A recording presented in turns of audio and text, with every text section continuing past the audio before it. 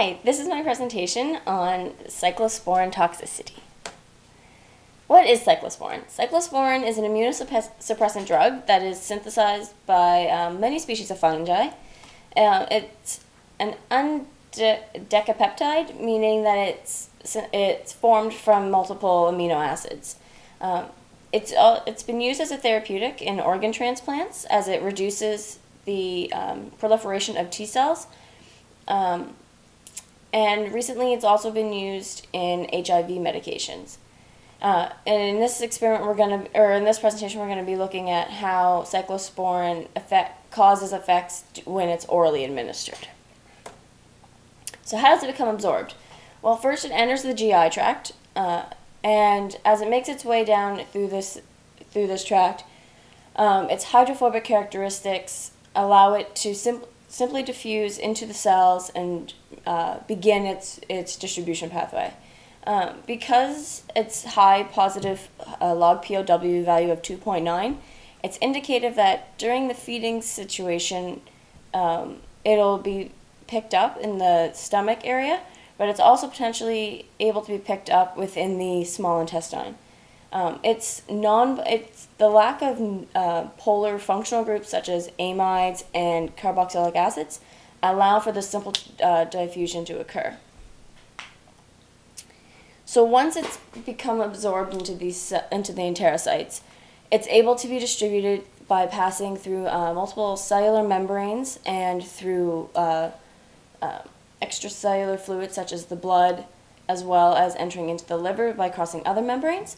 And as you can see in this diagram here, it's just to show you that once it leaves the intestine, it enters in through the enterocytes, crosses two membranes, enters into the bloodstream where it has to enter more membranes in order to enter the capillaries and exit them once again, followed by crossing more membranes into the liver cells.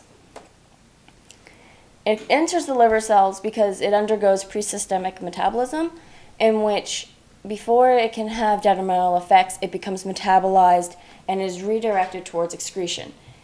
Metabolism occurs in the liver by the cytochrome P450 enzymes, and in hopes of altering its state to make it less likely to be absorbed.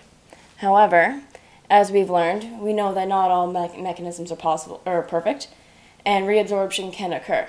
Because the molecule is still hydrophobic, it can be reabsorbed while it's on its pathway to excretion, and once it's reabsorbed, that's when it begins to distribute itself into detrimental effects at the T cell.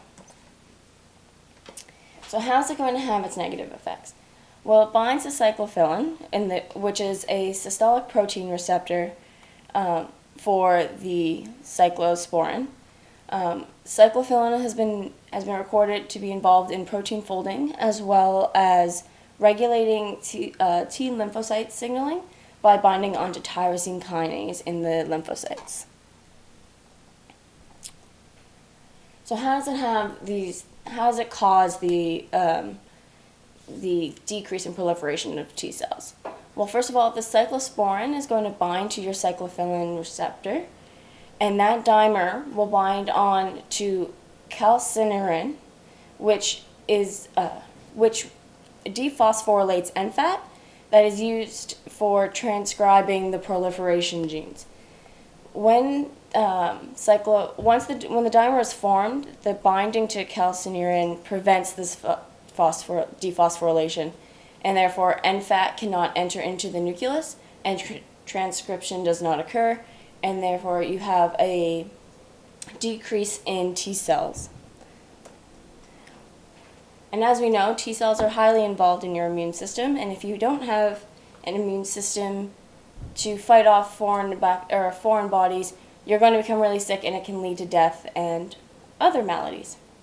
So that's my presentation. Hope you enjoyed it. Have a good semester. Bye.